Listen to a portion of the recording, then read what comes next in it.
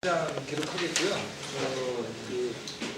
지난 시간에 했던 거 말씀 잠깐 드리고 하면, 지난 시간에 이제 15장, 계시록 15장 5장 5절, 6절 말씀까지 했었습니다. 그래서 5절, 6절 다시 보시면, 그 뒤에 내가 바라보니 보라 하늘의 증언의 성막의 성전이 열리고 일곱 재앙을 가진 일곱 천사가 성전에 나오는데 그들은 순결하며 흰 아합옷을 입고 가슴에 물기를 두었더라. 여기까지 했죠. 그래서 지금 지난 시간 말씀드린 거는 저희가 알고 있는 지금 이거는 이제 셋째 하늘을 얘기하고 있는 거예요. 셋째 하늘은 현재, 그러니까 왕국, 저희가 왕국 공부할 때 왕국에 여러 가지 뜻이 있는데 그 왕국 중에서 셋째 하늘에 있는 걸 왕국, 지금 현재 있는 왕국이라고 말씀드렸습니다. 셋째 있는 하늘 왕국은, 셋째 있는 왕국은 이제 저희가 제일 쉽게 생각할 수 있는 건 천국이라고 생각하시면 되겠죠. 천국. 저희가 이제 생각하는 건 천국이고요. 천국에 있는 거를 말씀드리면, 지금 천국에 있는 상황을 보면은 천국에 성전이 있고요. 그래서 성전에서 일곱 천사가 그 성전에 나와서 그 성전에서 나온 천사들이 순결하고 이 아합옷을 입고 뭐 이런 얘기가 있는 거예요. 근데 그 뒤에 보시면 15장 7절에 보면 네 짐승들 중에 하나가 영원 무궁토록 살아계신 하나님의 진도를 가득히 담은 일곱 금병을 일곱 천사들, 지금 일곱 그 금병 심판에 지금 도입부거든요. 도입부인데 그 네 짐승은 누굴까요? 15장 7절 네 짐승은 그룹입니다. 그룹. 그 성경에 이제 그룹 천사, 성경에 영적인 존재들이 여러 개 나오는데요. 성경에 그 존재가 보통 이제 우리가 알고 있는 천사가 있고요. 그 다음에 이제 그룹이 있죠. 뭐 그 외에 이제 스랍이라는 것도 있는데 뭐 그룹이 더 많이 나옵니다. 그룹이 이제 보면은 날개가 6개가 있고 뭐 거룩 얘기한다고 이사야서에 나오고 이렇게 나오는 바로 그룹이죠. 그룹이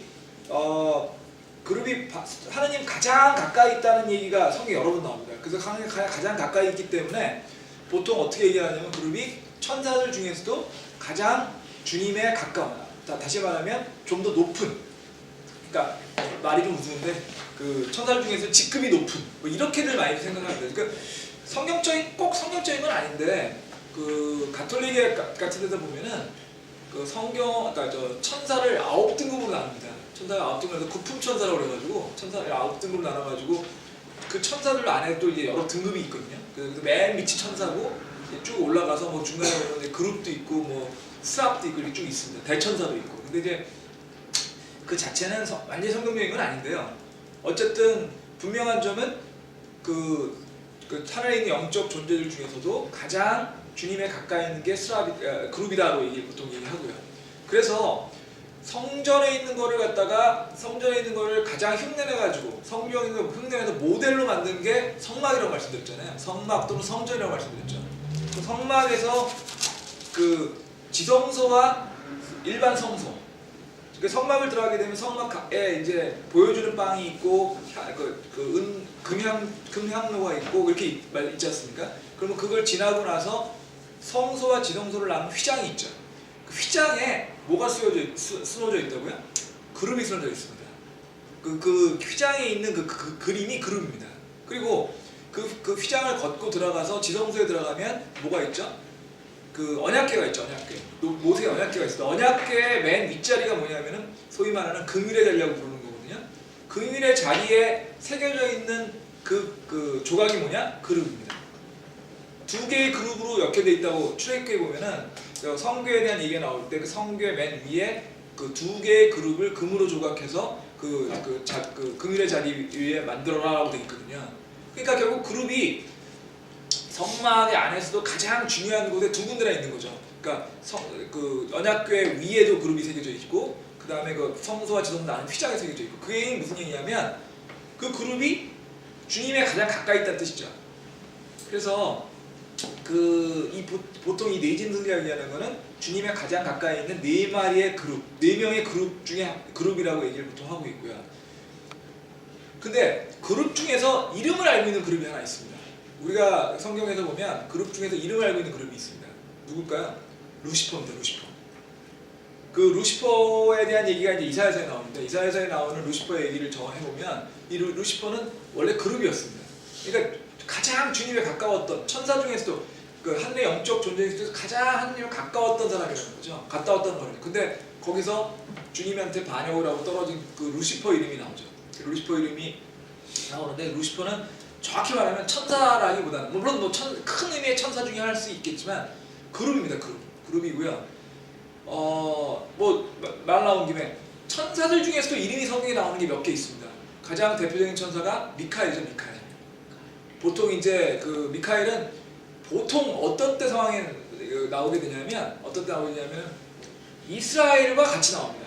그러니까 그 성경에 나오는 그 미카엘을 찾아보면은 대부분이 이스라엘을 지켜주는 그러니까 마치 수호 천사라고 얘기하는 그런 느낌의 이스라엘과 같이 많이 나오는데 미카엘은 뭐 그냥 미카엘이라고 나오는 경우도 있고 천사장, 대천사장 이렇게 나오는 경우도 있습니다. 그래서 보통 미카엘은 상징적으로 어떻게 보냐면 아주 강한 힘이 강하고 전투하고 있는 그런 무사로서의 느낌으로서 많이 나와요. 그래서 성화 같은 데 보면 미카엘이 이렇게 무기를 들고 있고 창이나 칼을 들고 있고 있는 걸로 많이 나옵니다. 그 미카엘이 있고요.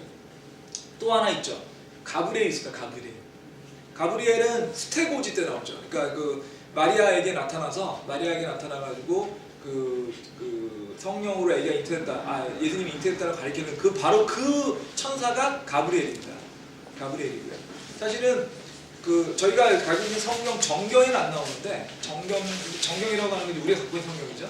이제 성경 이외에 이제 다른 성경과 유사했던 하지만 정경은 아닌 책들, 뭐 위경이거나 이런 나오는 천사 중에 라파엘이라고 있습니다. 라파엘. 그래서 보통 미카엘, 라파엘, 가브리엘 이게 다 천사들 이름이고요. 그 다음에 이제 루시퍼는 그룹이 이제 그런 영적인 존재들이 있는데 그룹 중에 하나가 진노를 가득히 담은 금병을 천사한테 주고 있습니다. 그럼 이게 무슨 얘기죠? 천사보다 그룹이 상징적이지만 더 직급이 높은 것처럼 보이죠. 주님이 이렇게 생각하시면 돼요. 주님이 진노의 잔을 천사한테 주라고 하는데 주님이 직접 주시는 게 아니라 그 주님의 가랑 가까이 있는 그러니까 그룹 중에 한 사람이 그걸 주님 걸 받아서 그거를 천사한테 주고 있죠. 그러니까 그게 꼭 뭐 맞는 비유라고 말하기는 아니지만 뭐 예를 들면 이제 왕이 그 밑에 있는 가장 가까운 신하한테 그 자료를 주면 그 신하가 그 자료를 갖고 밑에 있는 실제로 일을 할 신하들한테 넘겨주는 뭐 그런 느낌입니다 지금. 그래가지고 이런 것들을 볼 때 천사 중에서도 특히 천사나 하늘에 있는 영적 존재 중에서 그룹이 훨씬 더 주님에 가까이 있는 거고. 그다음에 이거는 무슨 뜻일까요? 네 진노 중에 하나가 진노를 가득히 담은 일곱 금병을 일곱 천에 주더라. 이거의 핵심은 무슨 얘기냐면 재앙이 주님으로부터 온다는 겁니다. 사랑이 주님부터 오는 거는 잘 알고 계시죠. 사랑이 주님부터 오는 거에 대해서는 뭐 별로 이견이 없습니다. 이견이 없다기보다는 그 얘기를 많이 하죠. 왜냐하면 현대 교회들이 지난 시간에 얘기 드렸지만 현대 교회들은 소위 말하는 신복음주의라는 걸 있기 때문에 신복음주의의 핵심은 주님을 사랑이라고만 얘기하는 거거든요. 주님은 사랑도 있으시고 진노도 있으신 분입니다. 주님은 사랑과 진노가 같이 있으신 분인데 보통 이제 진노라고 안 하고 공의라고 하죠. 공의와 사랑의 하나님이시거든요. 하지만 이제 소위 말하는 신복음주의는 항상 그거를 공의 쪽은 얘기 안 하고 진노 사랑만 얘기를 하는 경향이 있는데 여기에서 10편 7절에서 분명히 얘기해 드릴 수 있는 거는 여기가 이 진노가 누구로부터 나오는 거냐면 하나님으로 나오는 것이다. 하나님이니까 사랑만 있으신 게 아니라 진노하실 줄 아는 공의로 의로우신 하나님이시다. 공의라고 해서 주님께서는 오래 참으시지만 주님의 진노의 특징인 거죠. 오래 참으시고 마지막까지 참으시지만 어느 순간에 그 도가 넘어서 가지고 더 이상 주님께서 참지 못했을 때 진노를 반드시 쏟으시는 부분이 계시록이고요.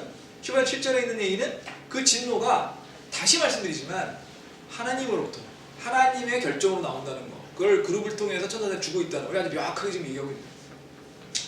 근데 지금 이제 이런 얘기를 쭉 하다 보면은 이런 생각들이 많이 듭니다. 그러니까 지금 사실 안 믿는 사람들, 주님을 안 믿는 사람들하고 얘기를 많이 할 때 가장 못 믿는 것이, 그러니까 저희들이 말하는 성경에 대한 거를 믿기 어려워하는 게 몇 개 있습니다. 몇 개 있는데 이제 어떤 것들, 뭐 당연히 구원에 대해서 잘 못 믿고요. 구원을 잘 못 믿으니까 믿지 않을 테니까. 구원을 못 믿는다는 얘기는 이제 주님을 통해서 구속받아서 구원받는다 이런 얘기들 잘 이해를 못하죠. 근데 사실 그건 그건 뭐 기본적인 거고 제일 중요한 거니까 당연히 그럴수록 하는데 또 하나 의외로 상당수의 믿지 않은 사람들이 성경에 대해서 얘기를 할 때 그 성경이 말이 안 된다 아니면 성경이 굉장히 좀 비현실적으로 이해하는 것 중에 하나가 천국에 대한 설명들입니다. 지옥에 대한 설명도 당연히 안 믿죠. 지옥은 믿고 싶지 않으니까 안 믿겠지만 천국에 대한 것도 잘 안 믿어요. 제일 안 믿는 게 이런 겁니다. 천국에 그 예를 들면 산이 있다고 나오잖아요. 시온산이 천국에도 있다고 나오죠. 계시록에 분이 나오지 않습니까? 시온산이 이 지상에 있는 시온산도 있지만 천국에 있는 시온산도 있다는 얘기하는데 그런 거 잘 안 믿습니다. 야 무슨 천국에 산이 있냐? 그 다음에 천국에 살고 있는 사람들이 뭐 예를 들면 옷을 입고 있고 뭐 이런 것들 보면 이해를 못했다는 거예요. 왜냐면 그 상상이 안 간다. 천국에 무슨 그 산도 있고 강도 있고 뭐 그다음에 뭐 성도 있고 그 사람들이 살고 있고 거기에 이제 뭐 옷을 입고 이런 것들. 그러니까 천국이 이 지구상과 비슷하다는 느낌이 잘 안 와닿는데요. 그렇게 얘기를 많이 들었더라고요. 안 와닿고 천국은 뭔가 좀 이렇게 뭐 좀 뭐라고 얘기하나 이렇게 좀 공상과학 영화 같은 데 나오면 전부 다 무슨 뭐 긴 드레스 같은 거 입고 이렇게 좀 아주 그냥 뻥 뚫리고 그냥 아무것도 없는데 뭐 이게 뭐 굉장히 좀 그 편안한 뭐 느낌을 주는 뭐 그런 느낌으로는 생각이 되는데 천국에 그 뭐 지금 우리가 살고 있는 것 같이 산도 있고 뭐 마을도 있고 뭐 이런 거는 상상이 안 간다. 성경에 분명히 뭐냐면 시온산도 있다고 그러고 성경에 천국에 있는 천사들이 지금 흰 아마포 입고 옷을 입었다고 하는 거 아니시죠? 그렇죠? 이런 것들에 대해서 굉장히 그 거부감이 많은데 그 임사체험이라는 게 있습니다. 임사체험이 뭐냐면 죽음을 겪어봤다는 사람들인 거죠. 정확히 말하면 죽음에 가까이 가서 임사합니다. 이미 가까이 간다는 뜻이잖아요. 그러니까 뭐 임사라는 거는 이제 죽음에 가까이 갔던 사람들, 이런 사람들에 대한 얘기인데요. 임사체험의 내용들 보면은 이제 보통 죽음이라고 얘기를 하면은 그 옛날에는 심장이 쓰는 경우를 죽음이라고 얘기했습니다. 근데 요즘엔 그렇지 않고요. 요즘에 죽음이라고 얘기하면 뇌가 쓰는 경우입니다. 뇌사라고 하죠, 뇌사. 뇌가 죽는 경우가 의학적으로 죽는 거고. 그러니까 뇌가 순간적으로 멈췄거나 아니면 이제 뭐 그 어떤 이유든 간에 뇌가 기능을 안 하다가 다시 기능을 하게 되는 경우는 의학적으로 얘기하면 죽었다 살아난 겁니다. 의학적으로 얘기하면. 왜냐면 뇌가 섰었으니까. 그리고 사실은 뇌가 일단 그 기능을 하지 않으면 다시 살아나는 경우는 굉장히 드물거든요. 근데 없진 않다는 거죠. 그래서 그런 경우들을 보통 임사체험이라고 해가지고 하는데 임사체험을 보면은 그게 뭐 하루 이틀 그러니까 그 한두 시간인 경우도 있고 10분, 20분인 경우도 있고 근데 지금까지 제가 봤던 임사체험 중에 제일 길었던 사람은 일주일도 있습니다. 일주일 동안 머리가 완전히 뇌가 완전히 그냥 정지했다가 했던 사람도 있는데요. 근데 그 소위 말해서 제가 그 얘기 많이 드리죠. 현대 과학에 대해서 지금 성경을 안 믿는 사람들의 상당 부분의 얘기들이 뭐냐면은 과학적인 지식을 갖고 봤을 때 성경의 지식은 좀 웃긴다. 말이 안 된다. 그러니까 성경에 대한 얘기들이 과학적 지식으로 뭐 말이 안 된다. 뭐 이런 얘기를 많이 한다고 말씀드렸잖아요. 그러니까 과연 우리가 알고 있는 과학 지식이 얼마나 정확한 것이고 우리가 얼마나 많은 걸 알고 있냐는 거에 대해서는 아무도 생각을 제대로 안 하는 것 같더라. 근데 분명히 우리의 과학 지식은 약하고 굉장히 작다라는 걸 우리가 알아야 된다. 그런 얘기 여러 말씀드렸잖아요. 근데 그 임사체험을 쓴 사람 중에서 하버드대학교 의대 교수가 쓴 책이 있습니다. 그 영어 제목은 The Proof of Heaven이라는 책인데요. 천국의 증거라는 책인데 우리나라에 번역도 나와 있습니다. Proof of Heaven이라는 책인데 이 사람은 듀크대 의대를 나오고요. 듀크대 의대를 나오고 하버드에서 신경외과, 그러니까 신경외과가 뇌에 대해서 다루는 부분 중에 하나거든요. 신경외과의 그 주임 교수였습니다. 그러니까 뭐 뇌라든지 의학에 대해서 어떻게 보면은 가장 전문가 중에 한 사람이라고 봐도 과언이 아닌 거죠. 그 미국에 의대가 많이 있지만 듀크 의대는 굉장히 좋은 의대입니다. 듀크라는 학교 자체가 엄청나게 유명한 학교이기도 하지만 남부에서는 제일 좋은 학교 중 하나입니다. 뭐 제일 좋은 학교 중에 하나가 아니라 제일 좋은 학교입니다. 남부에서는 그 정도로 좋은 학교고요. 보통 듀크 하면은 뭐 남부의 하버드라고 얘기를 하는 정도로 아주 유명한 학교인데요. 거기 의대 나오신 분이고 뭐 하버드에 가서 직접 교수하신 분이에요. 근데 이분이 7일 동안 뇌가 먹은 적이 있었습니다. 자기 스스로. 근데 그게 이제 그 아주 희귀한 형의 바이러스여가지고 뇌가 이렇게 정지를 했었고요. 그리고 어떤 형태의 항생제도 듣질 않아가지고 항생제가 전혀 듣지 않은 상태로 뇌가 완전히 정지한 상태로 7일 동안 있다가 7일 뒤에 깨어나게 됐어요. 자기가 그 7일 동안에 겪었던 일을 갖다가 그 책으로 써서 낸 거죠. 근데 그 책이 정말 그 특이합니다. 어떠냐면 이렇게 했다는 거예요. 자기가 죽어가지고 처음에 그러니까 죽었다는 거 본인은 모르겠죠. 그러니까 일단 자기가 의식을 잃고서 있는데 깜깜한데 자기가 있었대요. 근데 자기는 자기의 몸은 아니었답니다. 그러니까 뭐라고 설명할 수는 없는데 자기 몸은 아니었대요. 근데 마치 깊은 늪에 잠겨 있는 느낌이었답니다. 근데 그게 늪에 이렇게 잠긴 게 아니라 이렇게 잠긴 느낌이었대요. 마치 지렁이 같은 느낌. 그러니까 딱 납작 엎드린 느낌이어가지고 그냥 그래서 너무 기분이 안 좋았대요. 기분이 안 좋았는데 갑자기 하늘에서 밝은 빛이 나오더랍니다. 하늘에서 밝은 빛이 나오면서 그게 이렇게 큰 원 같은 게 나오면서 밝은 빛이 나오더래요. 밝은 빛이 나와서 그러면서 아주 좋은 음악 소리가 들리더라는 거예요. 음악 소리가 들려가지고 자기가 그 음악 소리를 들으면서 아 저길 가보고 싶다라는 느낌을 받았대요. 그랬더니 이제 얼마나 걸렸는지 모르겠는데 그 빛이 자기한테 이렇게 내려오는 느낌이 들더니 자기가 그 지렁이처럼 있던 자기가 몸이 떠가지고 그 안으로 들어가게 됐답니다. 이게 올라가는 거죠. 그 빛을 따라서 올라가서 그 큰 원에 안에 있는 걸 들어갔는데 들어갔더니 거기는 우리가 살고 있는 데하고 똑같았다는 거예요. 왜냐하면 산도 있고요, 강도 있고요, 그 다음에 뭐 마을도 있고요. 근데 사람들이 거기 여러 있더래요. 여러 있는데 자기는 거기를 둥둥둥 떠다녔대요. 우리가 생각하는 무슨 천사들 날아다니면서 둥둥 떠다녔는데 누군가가 잘 모르는 사람인데 어떤 여자가 와서 자기한테 여기를 소개시켜주겠다고 하더래요. 근데 말은 하지 않았답니다. 말은 하지 않는데 그 말이 아닌 다른 형태로 계속 느낌이 오더래요. 아 나한테 보여주겠다. 근데 너무 좋았대요. 그게 너무 좋아가지고 근데 그냥 성가 소리가 계속 나고 자기는 거기 하늘을 둥둥 떠다니고 사람들이 밑에 자기 밑에 이제 그 풀과 바다 그 강이 있는데 거기 사람들이 쭉 있는 것들이 보이고 거기를 쭉 떠가는데 그 자기를 그 안내해주던 그 여자분은 옷을 입었는데 이렇게 원피스 같은 아주 단순한 옷을 입었더라는 거예요. 단순한 옷을 입었는데 뭐 아주 심플한 디자인이었는데 굉장히 아름다웠답니다. 근데 그런 옷을 입고 있는 사람이 해가지고 자기가 좀 떠다니면서 거기를 하는데 떠다니다가 어느 순간이 되니까 이제는 다시 내려갈 시간이다 해가지고 다시 그 아까 말한 지렁이처럼 쭉 다시 내려갔었대요. 그런 식으로 지렁이 있다가 올라갔다가 지렁이 있다가 올라갔다가 이렇게 왔다 갔다 했답니다. 근데 어느 순간이 되니까 어느 순간이 아니라 그 한번 저 밟고 한 그런 데 들어가고 나니까 자기가 이 지구상에서 있었던 모든 걸 잊어버리게 되더래요. 그러니까 자기가 의사고 그 다음에 대학교 교수고 그 다음에 아들이 둘이 있었는데 아들 둘하고 부인하고 이런 거에 대한 것들이 자기가 누군지는 기억을 하는데 거기에 대해서 뭐 돌아가야지 뭐 내가 이런 생각이 전혀 안 들고 그냥 거기 있고 싶었답니다. 그 천국에 있고 싶은 거죠. 천국에 있고 싶었고 돌아오고 싶지 않았대요. 너무 좋아가지고 돌아오고 싶지 않은데 자꾸 하다가 근데 이제 그러다가 어느 경우가 있었냐면 그 자기를 안내해주던 그 여자 그 뭐 일종의 수호천사 같이 하던 분이 자기한테 그랬대요. 아무래도 여기에 아직 올 때가 아닌 것 같다고 돌아가야 되겠다고. 그래가지고 근데 그 얘기를 듣고서 그 천국에서 빠져나와서 아까 말씀드린 그런 지렁이 같은 상태로 돌아가는데 그걸 가면서 지구가 보이더랍니다. 이번에 천국에서 지구로 내려오는 것처럼 그 지구가 보이는데 그 지구에서 사람들이 이렇게 동그랗게 앉아가지고 뭔가를 하고 있더래요. 그리고 누군가가 자기한테 와가지고 그냥 막 울고불고 하는데 누군지는 모르겠는데 너무너무 가슴이 아프더랍니다. 누군가 그래서 쭉 내려와서 다시 의식이 돌아왔어요. 그 모든 과정이 7일이 걸렸어요. 7일이. 근데 그 동그랗게 있던 사람들은 실제로 거기 동그랗게 기도하고 있었고요. 가족하고 이제 뭐 형제들이었겠죠. 형제들이 기도하고 있었고 그 다음에 자기한테 매달려서 울고 있던 사람은 자기 막내였어요.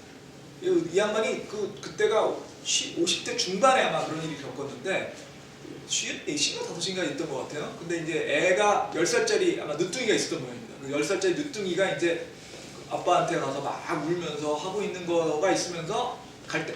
그래서 사실 그걸 보고 나서 내가 이런 가족들이 여기 있구나 생각이 들고서 다시 돌아오게 됐답니다. 그리고 깨어나서 이런 얘기를 한 거예요. 깨어나고 난 다음에 내가 사실은 이런 일을 겪었다. 아무도 안 듣는다. 아무도. 이제 아마 헛것을 받나 보다. 아마 헛것. 근데 헛것을 받기엔 너무 긴 거죠. 7일이라니까 7일.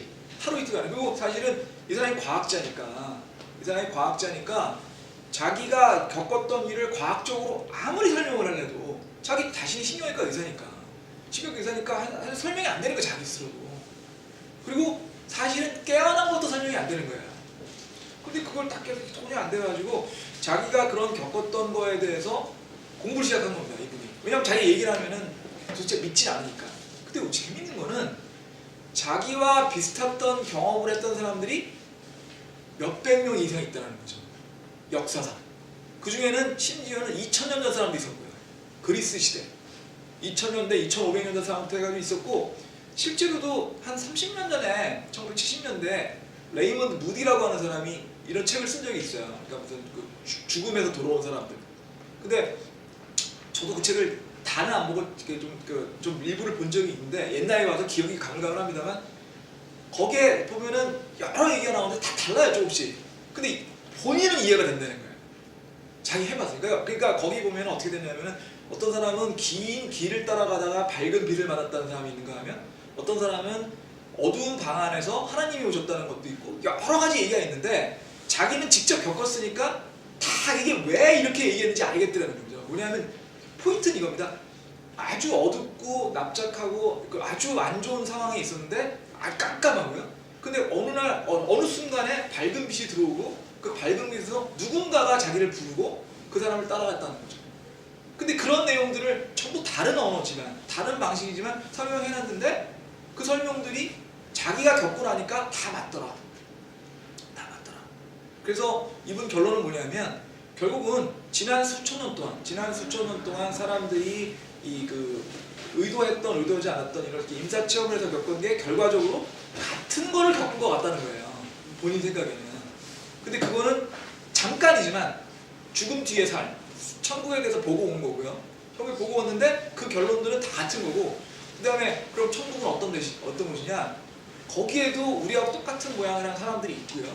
그 사람들이 단순하지만 아주 아름다운 옷을 입고 있고, 성과 비슷한 노래가 있고요.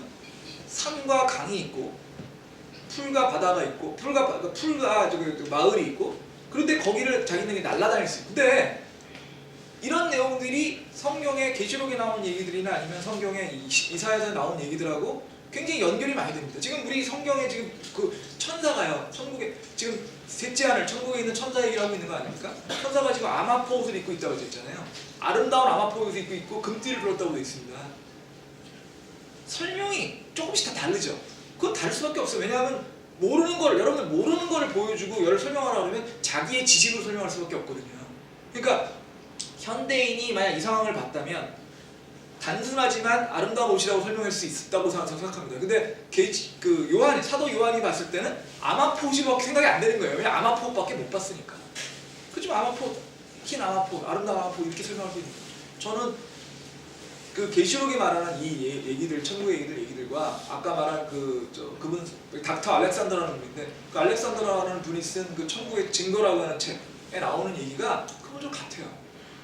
제가 그래서 천국에 대해서 안 믿는 사람들이 있으면 제가 그렇게, 성경을 안 믿는 건 좋다, 안 믿는 건 좋은데 지금 알렉산더 박사나 이런 사람들 얘기들 쓴 책들 한번 찾아서 봐라. 분명히 죽음 뒤의 삶이 있다. 천국을 믿고 안 믿고, 죽음 뒤의 삶을 믿고 안 믿고는 너의 판단인데, 거기 갔다 온 사람들이 그렇게 얘기한다. 그러니까 그게 어떻게 생각하는지 여러분이 판단해라, 이렇게 얘기를 하거든요, 저는. 그리고 사실 저는 그렇습니다. 저는 저희가 전도제 같은 건 당연히 줘야 되는데 믿음을 강요할 수는 없지 않습니까?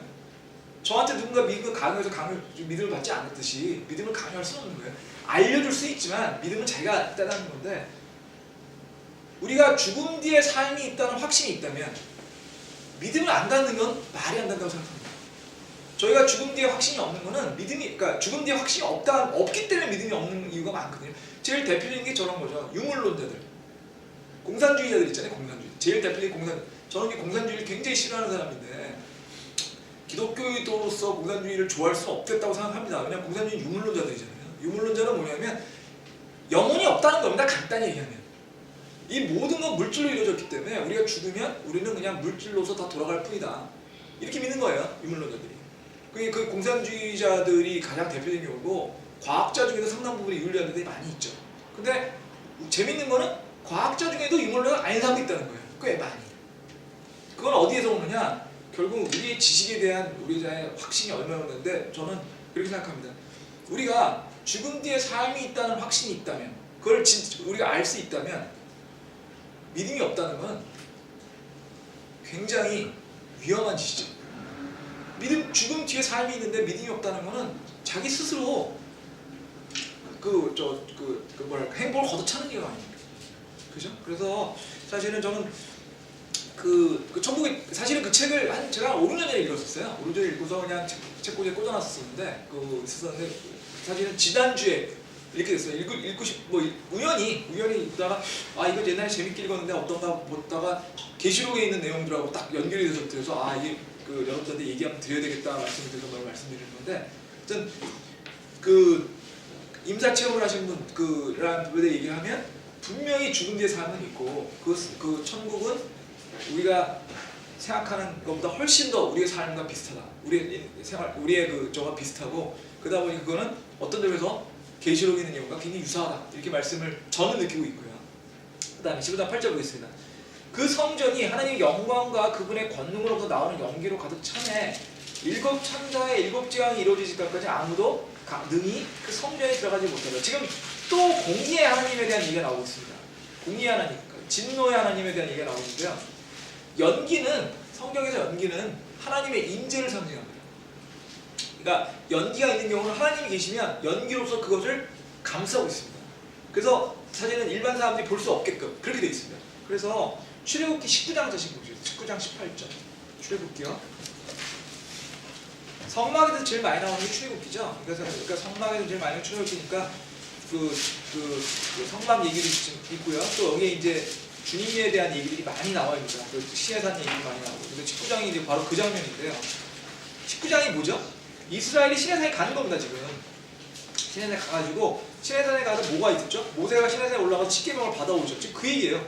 19장에 16절 보시면, 셋째 날 아침에 천둥과 번개와 짙은 구름이 산 위에 있고 나팔 소리가 심히 크므로 진영에 있는 온 백성이 떨더라. 이렇게 돼 있죠. 그 다음에 18절 보시겠습니다. 시내산이 온통 17절도 보세요. 모세가 하나님과 만나려고 백성을 데리고 진영에서 나오매 그들이 산 기슭에 섰더라. 시내산이 온통 연기로 자욱하니 이는 주께서 불 가운데서 그 위로 내려오셨기 때문이더라. 그것의 연기가 화로의 연기가 위로 올라가면 온 산이 크게 진동하더라.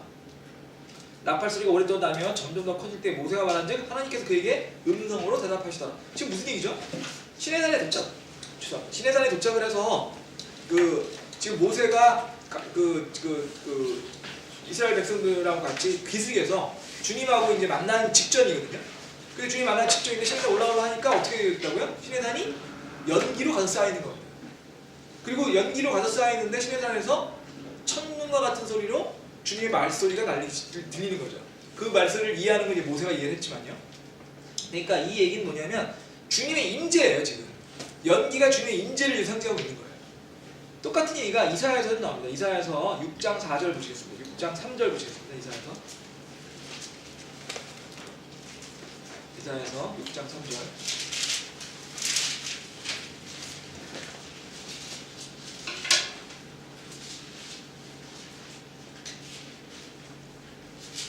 이거 그냥 2절부터 볼까요? 1절부터 볼까요? 이게 이사야가 하늘 성전에 대한 건데요.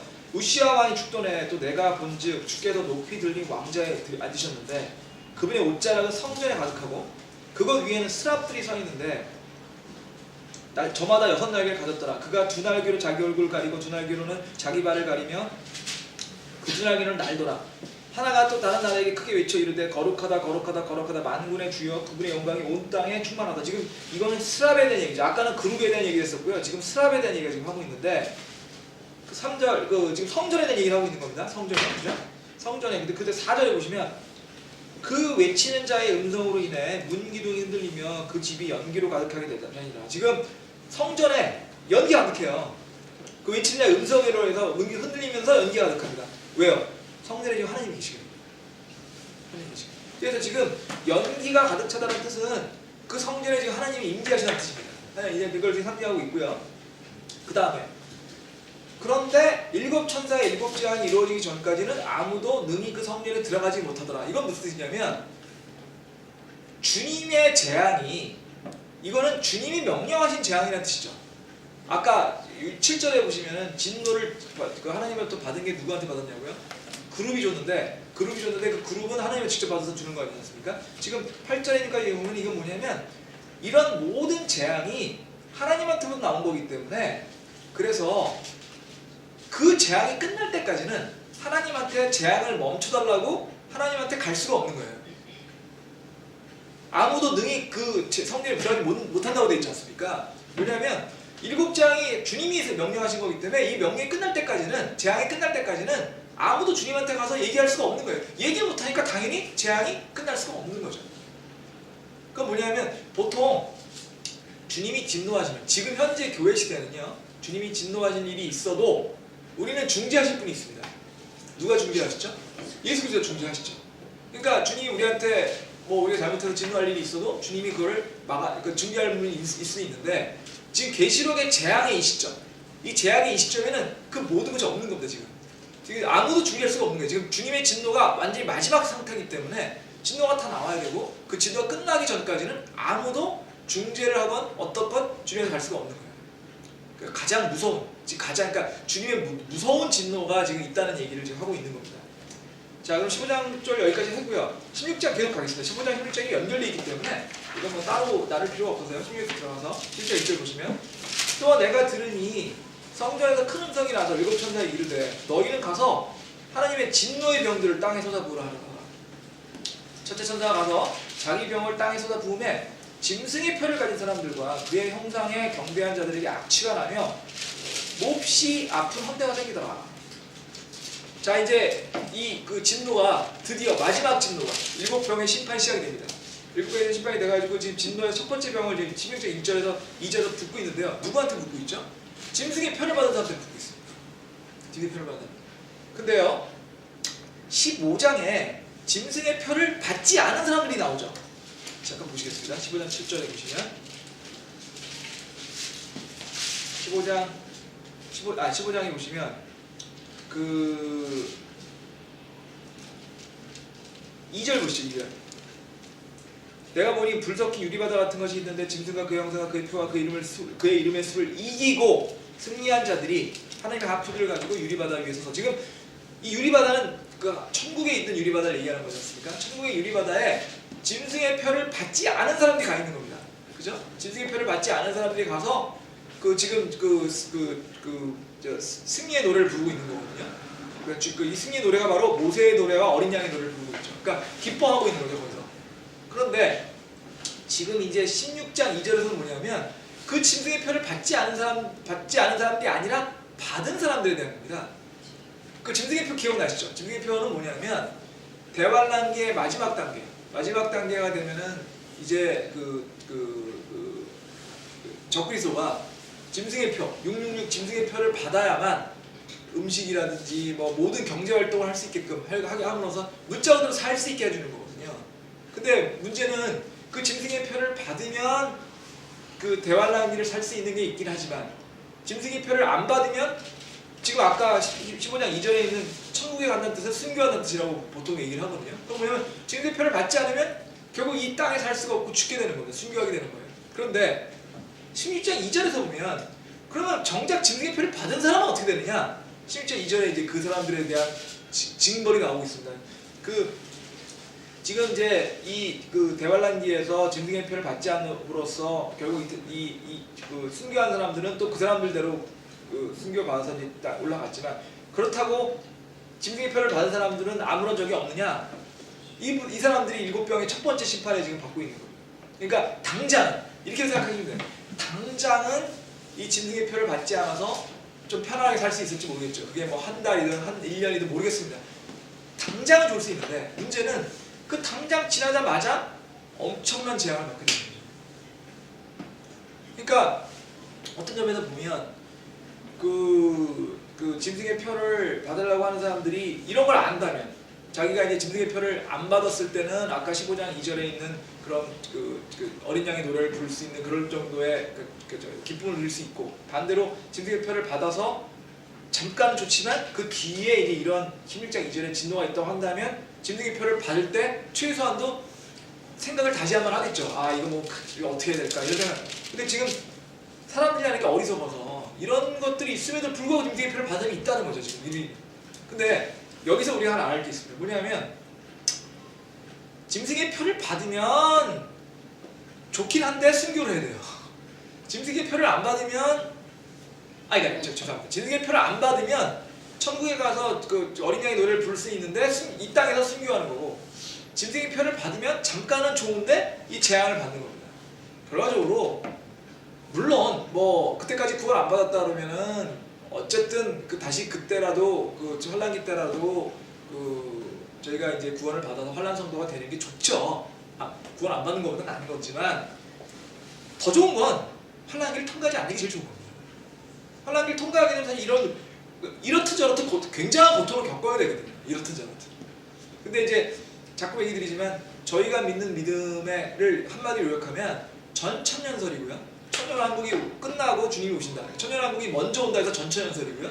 그 다음에 환란 전 휴거설입니다. 뭐냐면 교회는 환란하기 전에, 환란 전에 다 휴거에서 올라간다. 이 얘기 지금 하고 있죠. 그러니까 그 환란 전 휴거설이 왜 또 중요하냐면 사실 그렇게 되면 환란기에서 환란 성도가 된다는 것은 어마어마한 고통을 겪으라는 뜻하고 똑같은 얘기거든요. 지금. 그런 점을 좀 이해하시고요. 그 다음에 여기서 또 하나 이제 이 진노의 이게 16장에는 진노 얘기가 많이 나오니까 진노 얘기가 나오면 이제 이런 얘기들이 많이 합니다. 그러면 하나님이 구약의 하나님과 신약의 하나님이 과연 다른 것이냐 같은 것이냐는 얘기들을 많이 합니다. 왜 이런 얘기를 제가 하느냐? 다르다고 얘기하는 분이 많거든요. 구약의 하나님과 신약의 하나님은 다르다고 얘기하는 분이 많이 있습니다. 그래서 보통 어떻게 얘기하냐면 구약은 진노의 하나님, 신약은 사랑의 하나님 이렇게 얘기합니다. 그렇게 얘기하고 그래서 구약의 하나님과 신약의 하나님들은 다르거나 최소한도 그 속성의 강점이 다르다 이렇게 얘기를 많이 합니다. 그런데 조금 이상하지 않으십니까? 왜 주님께서 주님은 변하지 않으시는 분이잖아요. 주님은 무소부지하시고 변하지 않으시는, 주님은 여호와라는 뜻이 나는 난이라는 뜻이잖아요. 나는 난이야. 그러니까 주님은 그 이름 자체가 변하지 않는다는 뜻이에요. 변하지 않는다는 뜻입니다. 근데 변하지 않으시는 주님이 왜 구약 때는 사랑이 없이 진노만 하시다가 지금은 사랑만 하시냐? 정반대로 그러면 왜 구약 때는 왜 이렇게 무섭게 진노만 하시냐? 이렇게 생각할 수 있지 않습니까? 그렇죠? 걱정할 필요가 없는 게 주님은 변하신 적이 없습니다. 주님은 구약이든 신약이든 진노와 공의, 그러니까 사랑, 이게 다 같이 있으신 분이에요. 보통 공의와 사랑이라고 많이 얘기를 하는데 공의와 사랑을 같이 가지신 분입니다. 주님은 공의와 사랑이 완전히 하나로 조화되신 분입니다. 사람은 그게 어렵죠. 사람은 그 분노하는 것과 사랑하는 것을 같이 조절하기가 어렵습니다. 분노하면 분노하는 거고 사랑하면 사랑하는 거지 그 두 개가 연결되기가 어려워요. 하지만 주님은 그렇지 않으십니다. 주님은 사랑을 하면서도 진노할 수 있고요. 진노하시면서도 사랑할 수 있는 분이세요. 그렇기 때문에 간단히 얘기를 해서 주님이 변하지 않는 걸 믿으면서 왜 구약은 진노, 지금은 사랑이라고 믿냐는 거죠. 주님이 변하지 않으십니다. 주님은 항상 똑같으신 거고요. 우리가 그렇게 보고 싶은 거죠, 사람이. 왜? 그게 편하거든요. 이 신약 시대에 주님이 진노하신다는 걸 믿고 싶지 않은 거예요, 그냥. 진노하지 않으니 더 극단적으로 얘기를 하면 상당수의 목교회에서 진노의 하나님을 얘기하시는 안 하니는 진노의 하나님을 얘기하시면 교회 안 오거든요. 재밌는 게요. 목사님들이 설교하시는 내용들, 목사님들이 설교하시는 내용들 중에 어떤 부분들은 특히 이제 그러니까 저희 교회는 그렇지 않습니다. 저희 교회는 그게 굉장히 저는 좋다고 생각하는데 미국에 있는 교회들도 안 그렇고 근데 우리나라 교회들에서 많이 이제 나오는 문제 중에 하나는 뭐냐면 목사님이 믿으시는 거랑 설교하는 게 달라요. 설교가 다릅니다. 그리고 목사님들이 설교를 할 때 상당히 어떻게 보면은 좀 여러 가지 다른 뜻을 가지고 설교를 하세요. 굉장히 슬픈 거죠. 굉장히 슬픈 건데 그런 점에서 사실은 한국 교회에서 설교를 할 때 사랑을 많이 설교를 하고요. 그다음에 이제 주님은 사랑 위주로 설교를 하죠. 사랑 위주로 설교를 하고 진노에서 얘기를 하지 않는데 실제로 목사님들이 그렇게 믿으시는 경우도 있고요. 자유주의 신학을 믿으시는 분들은 진짜로 그렇게 믿으시고, 그렇지 않으신 분들 중에도 그렇게 얘기를 하시는 분들이 꽤 있습니다. 왜냐하면 진노를 얘기를 하면 사람들이 싫어하거든요. 지옥을 얘기하면 또 사람들이 싫어하고. 그러니까 그런 사람이 교회에 안 오면 교회 재정이 어려워지거든요. 이게 참 슬픈 얘기인데요. 굉장히 슬픈 얘기인데, 교회도 교회도 어떻게 보면은 사람들이 있는 데다 보니까 재정 문제가 상당히 문제가 됩니다. 뭐 저희 교회도 마찬가지고. 근데 재정 문제가 되다 보니까 그 재정 문제나 이런 것들 때문에 목사님들이 타협하는 경우가 많이 있습니다. 타협을 하거나 아니면 더 심하게는 자기가 막 저는 제가 말씀드렸잖아요. 저는 한국에 이제 개신교회 학교하고 교회를 다니다가 너무 꼴보기 싫어가지고 가톨릭에 갔다가 가톨릭에서 또 말이 안 돼가지고 다시 와서 이렇게 교회랑 교회는 다 다녔는 사람입니다. 그래서 친구들도 많이 이제 그 교회, 제가 아는 어떤 교회는 상당수의 교회가 그렇다고 하긴 하는 교회는 주보지에 헌금 낸 사람, 이번 주에 11조 낸 사람이 적혀 있다고 하더라고요. 저도 본 적이 있습니다. 11조. 그리고 11조를 6개월 이상 내면은 직급을 줍니다. 직분을 줍니다. 뭐 1년 내면은 뭐 6개월 내면서 뭐 집사 뭐 이런 거 줍니다. 11조 내면 줘요. 그냥 11조 내면. 그리고 큰 감사 헌금을 하면 목사님이 설교하다 말고 계기도 해준대요. 그리고 그런 분들은 그러니까 그리고 또 뭐 저 교회에서 무슨 뭐 뭐라 그러죠? 새벽 기도 이런 걸 해서 누가 뭐 좋은 대학에 가니 이런 거 얘기를 한답니다. 성경에 그렇지 않, 그러니까 성경에 그런 얘기 없거든요. 그런 얘기 없습니다. 그런 얘기. 11조 내라고 돼 있습니다. 하지만 11조 내라고 직분 주라는 얘기는 없습니다.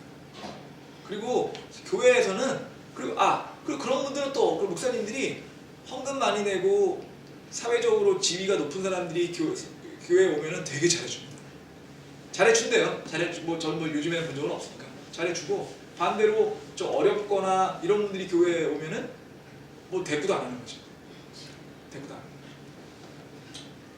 그리고 심지어는 어떤 신학교는 뭐라 그러더라, 교회를 이제 어떻게 하면은 교회를 이제 좀 이렇게 융성하게 하냐는 걸 해가지고 그런 교재 강의가 있답니다. 근데 뭐 저도 듣기만 했거든요. 얼마나. 근데 그런 강의가 이제 마케팅 같은 걸 배운대요. 그러니까 어떻게 하면 이제 교회를 좀 부흥시키냐. 그러니까 교회 부흥 이런 걸 하는데, 우리나라 사람들이 생각하는 교회 부흥, 우리나라 많은 교회 부흥은 사람이 많은 겁니다. 사람이 많으면 돈도 많고 재정도 풍부해지니까 좋은 건물 짓고 나아가서 교회가 돈을 많이 쓸 수 있죠. 근데 그런 얘기를 하려니까 사람들이 좋아하는 얘기만 하는 거예요. 진노하는 얘기를 하면 안 되고, 지옥에 대한 얘기를 하면 안 되고, 사랑이라는 얘기만 해야 되고, 그리고 11조 같은 것도 11조 같은 얘기도 뭐 다르게 얘기를 하죠. 다른 식으로 하긴 하더라고요. 많이 하긴 하는데 다른 식으로 얘기를 하죠. 다 어떻게 보면은 정말 성경적인 거라기보다는 인간적인 거고, 나아가서는 좀 더 세속적인 걸 이해해서 하는 겁니다. 근데 다시 얘기 드리지만 저희가 성경 공부를 하는 가장 큰 이유는요, 저희의 믿음은 어느 누구에도 목사님을 따라하는 것도 아닙니다. 저희 믿음은 성경을 따라가는 겁니다. 목사님이 성경을 제대로 얘기해 주시면 맞고 따라가는 거고요. 만약에 목사님이 성경을 얘기 안 해주시면 우리 같은 모든 평신도들도 거기에 대해서 얘기를 해야 돼요. 우리가 믿는 믿음은 만인 제사장이거든요. 신약교회는 제사장이 따로 없습니다. 우리 모두가 제사장이 돼야 됩니다. 제사장으로 우리 스스로를 훈련을 시켜야 되거든요. 성경적으로 얘기지 않으면 그것이 목사님이라도 우리가 고쳐드려야 돼요. 물론 안 그러길 바라야죠. 목사님이 그래야 우리가 또 목사님 다행히도 저희 교회는 항상 목사님이 미국에서 오신 선교사님이기 때문에 그런 점에서 굉장히 깨끗하세요. 아니 교회에서 월급 안 받아가시니까 깨끗하죠. 근데 그런 부분 때문에 우리가 목사님한테 실망할 수 있거든요. 목사를 실망할 수 있습니다. 그렇지만 교회는 저희가 우리 성경을 믿고 따라가는 건 주님을 믿고 따르는 거고, 주님을 보고 하는 거기 때문에 우리가 성경을 많이 믿을수록, 성경을 많이 알수록 좀 더 우리가 우리의 믿음이 강해지고, 우리의 믿음이 좀 더 성경적이 되기 위해서 이 경국을 하고 있는 거거든요. 그러니까 항상 그런 걸 염두에 두시고 그냥 하시는데, 진노를 얘기 안 하시는 이유가 그런 뜻이 되는 거죠. 근데 우리는 성경에 진노가 나오기 때문에 안 할 수가 없어요. 왜냐면 진노 나오니까. 그래서 다음 시간에 그러면 이 진노의 하나님에 대해서 성경에서 특히 계시록에서 어떻게 얘기를 하고 있는지, 그럼 우리는 어떻게 이럼에도 불구하고 주님의 진노와 사랑이 조화를 이룰 수 있는지, 그러면 우리는 어떤 형태를 통해서 이 사랑, 주님 사랑을 배울 수 있는 이거에 대해서 다음 시간에 배우도록 하겠습니다. 이거 괜찮습니다.